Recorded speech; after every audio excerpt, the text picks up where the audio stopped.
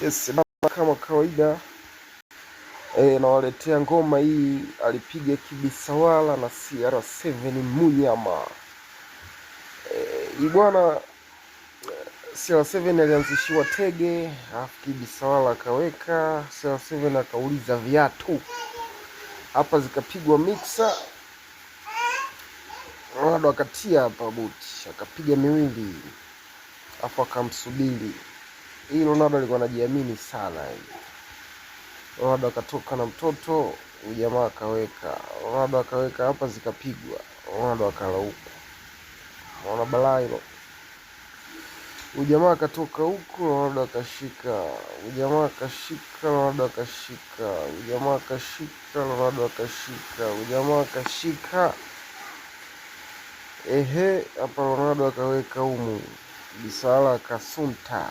Ronaldo akauliza viatu, jamaa akajivunja hapa, akajishika. Hapa Ronaldo akatema, hapa akaweka.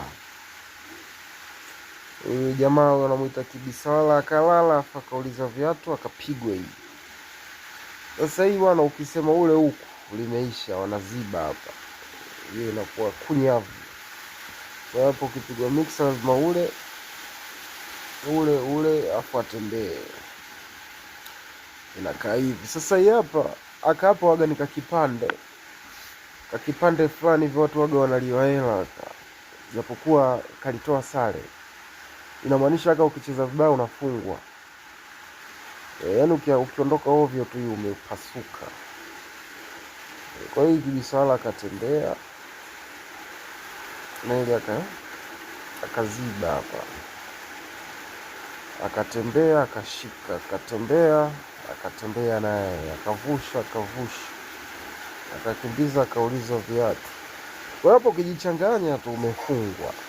Umeona? Kwa hapo akatema, akauliza viatu.